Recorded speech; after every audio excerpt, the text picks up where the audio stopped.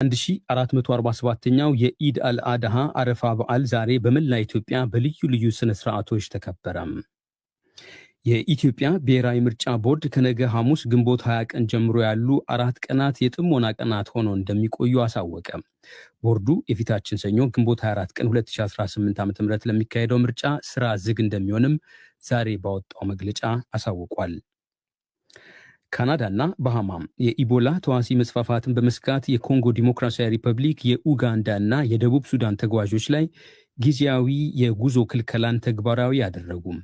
ከተጠቀሱት የአፍሪቃ ሀገራት የሚነሱ ተጓዦች ለሚቀጥሉት 90 ቀናት ወደ ካናዳ መግባት መከልከላቸውን የአገሪቱ ባለስልጣናት ዛሬ ይፋ አድርገዋል። ጋና 300 ግድም ዜጎቿን ደቡብ አፍሪካ ጆሃንስበርግ ከሚገኘው የኦአር ዓለም አቀፍ አየር መንገድ ማስወጣቷን አሶሺየትድ የፕሬስ የዜና ምንጭ ዘገበ። ዜናው በዝርዝር የኢትዮጵያ ብሔራዊ ምርጫ ቦርድ ከነገ ሐሙስ ግንቦት 20 ቀን ጀምሮ ያሉ 4 ቀናት የጥሞና ቀናት ሆነው እንደሚቆዩ አሳወቀ። ቦርዱ የፊታችን ሰኞ ግንቦት 24 ቀን 2018 ዓ.ም ለሚካሄደው ምርጫ ስራ ዝግ እንደሚሆንም ዛሬ ባወጣው መግለጫ አሳውቋል። ቦርዱ በፌስቡክ ይፋዊ ገጹ ዛሬ ከሰዓት ባወጣው መግለጫ የፌዴራልና የክልል መንግስታዊ ተቋማት እንዲሁም በፌዴራልና በክልሎች የሚገኙ ማንኛውም መንግስታዊ ያልሆኑና የግል ተቋማት በዕለቱ ስራ ዝግ እንዲያደርጉ ሲል ዛሬ አሳውቋል። ሆኖም ሐኪም ቤቶች፣ እንደ ሆቴሎች፣ ሬስቶራንቶች እንዲሁም የመጓጓዣ የዕለት ተዕለት አገልግሎት ሰጪዎችን በተመለከተ ቦርዱ የመተባበር ያለው ግዴታ የእነዚህን ተቋማት እንቅስቃሴ መዘጋት እንደማያስገድድ ገልጧል። የመጓጓዣ አገልግሎት በተለመደው መንገድ የሚቀጥል መሆኑን በመጥቀስ ዜጎች እንቅስቃሴያቸውን ድምፅ ለመስጠት ብቻ እንዲያደርጉ ቦርዱ ያበረታታልን ብሏል። ቦርዱ በትናንትናው ዕለት ደግሞ በትግራይ ክልል በ38 ምርጫ ክልሎች ማለትም ሙሉ በሙሉ እንዲሁም በአማራ ክልል በ8 ምርጫ ክልሎች የፊታችን ሰኞ ምርጫ እንደማይደረግ መግለጹ ይታወሳል። 1447ኛው የኢድ አልአድሃ አረፋ በዓል ዛሬ በመላ ኢትዮጵያ በልዩ ልዩ ስነ ስርዓቶች በመከበር ላይ ነው። በተለይ በዋና ከተማይቱ አዲስ አበባ በዓሉ በሚሊዮኖች የሚቆጠሩ ምዕመናን በተገኙበት በታላቅ መንፈሳዊ ስነ ስርዓት በጸሎትና በምጽዋት መከበሩ ተገልጧል። ዶቼ ቬሌ ያነጋግራቸው አንድ የበዓሉ ታዳሚ ስለ በዓሉ ቀጣዩን ብሏል። ስሜ ኤልያስ መሐመድ ይባላል። እንኳን ለ1447ኛው የኢድ አልአድሃ አረፋ በዓል በሰላም አደረሳችሁ እላለሁ። የእስልምና ተከታዮች ከሚያከብሯቸው ሁለት ታላላቅ በዓላት አንዱ ነው የአረፋ በዓል። በዓሉ አላህ ለፈተናቸው ታዛዥ መሆን ነቢዩ ኢብራሂም ልጃቸውን ነቢዩ እስማኤልን ለመሰዋት ያሳዩትን ጽኑ ፍላጎት የሚያስታውስ ነው። የኢድ አልአድሃ በዓል በሌሎች የኢትዮጵያ ክፍሎችም በድምቀት መከበሩን ወኪሎቻችን ከያሉበት ዘግቧል። በዜና መጽሔት ዘገባዎች ይኖሩናል። ጋና 300 ግድም ዜጎቿን ደቡብ አፍሪካ ጆሃንስበርግ ከሚገኘው የኦአር ዓለም አቀፍ አየር መንገድ ማስወጣቷን አሶሺየትድ ፕሬስ የዜና ምንጭ ዘገበ። ዛሬ ማለዳ ወደ ጋና ለመመለስ አየር ማረፊያ ውስጥ ተሰልፈው ከነበሩ ጋናውያን መካከል ሴቶችና ሕፃናት እንደሚገኙበት ሮይተርስ ዘግቧል። ከበጎ ፈቃድ ተመላሽ ጋናውያን መካከል የተወሰኑት ሊንዴላ በሚገኘው የጋና ወደ አገር አስመላሽ ማዕከል ውስጥ መግባታቸውን ደግሞ አሶሺየትድ ፕሬስ የዜና ምንጭ ጠቅሷል። ደቡብ አፍሪካ ውስጥ ጥቃት ይደርስብናል ሲሉ ስጋት የገባቸው ከ800 በላይ የበጎ ፈቃድ ተመላሽ ጋናውያን ፕሪቶሪያ ውስጥ በሚገኘው የጋና የፍልሰተኞችና ተያያዥ ጉዳዮች ከፍተኛ ኮሚሽን ጣቢያ መመዝገባቸውም ተዘግቧል። ደቡብ አፍሪካ ውስጥ በተቀሰቀሰውና ለሳምንታት በዘለቀው የመጤ ጠል እንቅስቃሴ ኢትዮጵያውያንን ጨምሮ የተለያዩ አገር ዜጎች ተገድሏል። ይህ ከቦን ከተማ ከራይን ወንዝ አቅራቢያ የሚተላለፈው የዶቼ ቬሌ የዓለም ዜና ነው።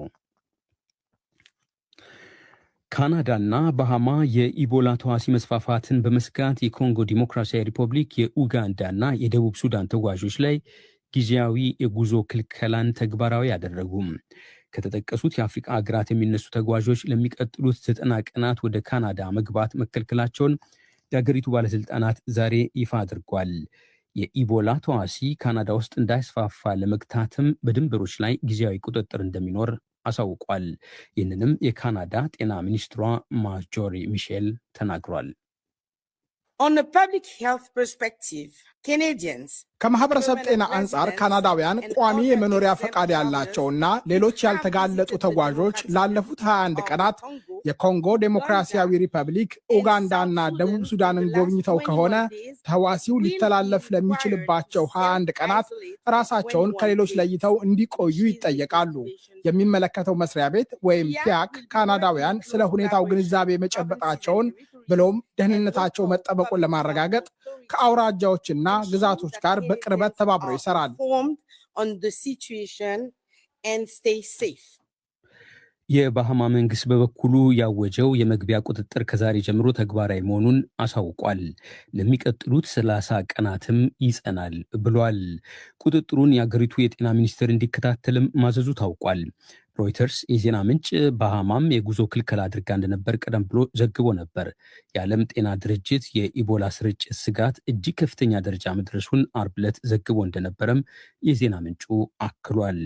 የዩናይትድ ስቴትስ የበሽታ መከላከልና ቁጥጥር ተቋም በእንግሊዝኛ ምህጻሩ CDC ባለፈው ሳምንት ቁጥጥሩን በማጥበቅ መመሪያ አውጥቷል። በተጠቀሱት 3 የአፍሪካ ሀገራት ውስጥ ባለፉት 21 ቀናት የነበሩና ቋሚ የመኖሪያ ፍቃድ ያላቸው ዜጎች ወደ አሜሪካ መግባት አይችሉም ማለቱም ይታወሳል። ዩናይትድ ስቴትስ ዜጎቿን የምትንከባከብበት የኢቦላ ህሙማን ለይቶ ማቆያ ስፍራ ኬንያ ውስጥ ልታቋቁም መሆኑ ተዘገበ። የማቆያ ጣቢያው የሚዘጋጀው ከኮንጎ በፍጥነት ወጥተው ወደ ለይቶ ማቆያው ማዕከል መግባት ለሚያስፈልጋቸው አሜሪካውያን መሆኑን የፈረንሳይ ዜና አገልግሎት ዘግቧል። አንድ የዩናይትድ ስቴትስ ሐኪም የኮንጎ ዲሞክራሲያዊ ሪፐብሊክ ውስጥ በሕክምና ሙያ ላይ ሳሉ በኢቦላ ተዋሲ ተይዘው መወሰዳቸው ባለፈው ሳምንት ተዘግቦ ነበር። የዓለም ጤና ድርጅት በበኩሉ የኮንጎ ዲሞክራሲያዊ ሪፐብሊክ የኢቱሪ ግዛት ዋና ከተማ ቡኒያ ውስጥ የኢቦላ ህሙማን ለይቶ ማቆያ ማዕከል ማቋቋሙን ይፋ አድርጓል። ገዳዩ የኢቦላ ተዋሲ በተለይ በኮንጎ ዲሞክራሲያዊ ሪፐብሊክ እጅግ መስፋፋቱ ተነግሯል። እዛው ኮንጎ ውስጥ 10 ሰዎች በኢቦላ ታመው መሞታቸው ተረጋግጧል። 220 ሰዎች በኢቦላ ተዋሲ የተነሳ ሳይሞቱ አልቀረም ተብሏል። ባለፉት 2 ሳምንታት ብቻ የኮንጎ ዲሞክራሲያዊ ሪፐብሊክ ውስጥ ከኢቦላ ጋር በተገናኘ 900 ሰዎች የኢቦላ ተዋሲ ሳይኖርባቸው አልቀረም በሚል ተጠርጥሯል። እስራኤል አዲስ የተሾሙ የሐማስ ወታደራዊ ክንፍ አዛዥን መግደሏን አሳወቀች። እስራኤል የሐማስ ወታደራዊ ቡድን አዲሱ አዛዥ ሞሐመድ ኦዴህ የተገደሉት ጋዛ ውስጥ በሰነዘረችው የአየር ጥቃት መሆኑን ገልጣለች። አዲሱ አዛዥ የተሾሙ ቀዳሚያቸውም ከተገደሉ በኋላ ነበር ተብሏል። የጋዛ ጦርነት ከጀመረበት ጊዜ አንስቶ እስራኤል ገደልኳቸው ካለቻቸው 4 የኤዘዲን አልቃሳም የተሰኘው የሐማስ ብርጌድ አዛዦች መካከል ሞሐመድ ኦዴህ አንዱ መሆናቸውን የፈረንሳይ ዜና አገልግሎት ዘግቧል። ሐማስ አዲሱ አዛዥ ስለመገደላቸው አረጋግጧል።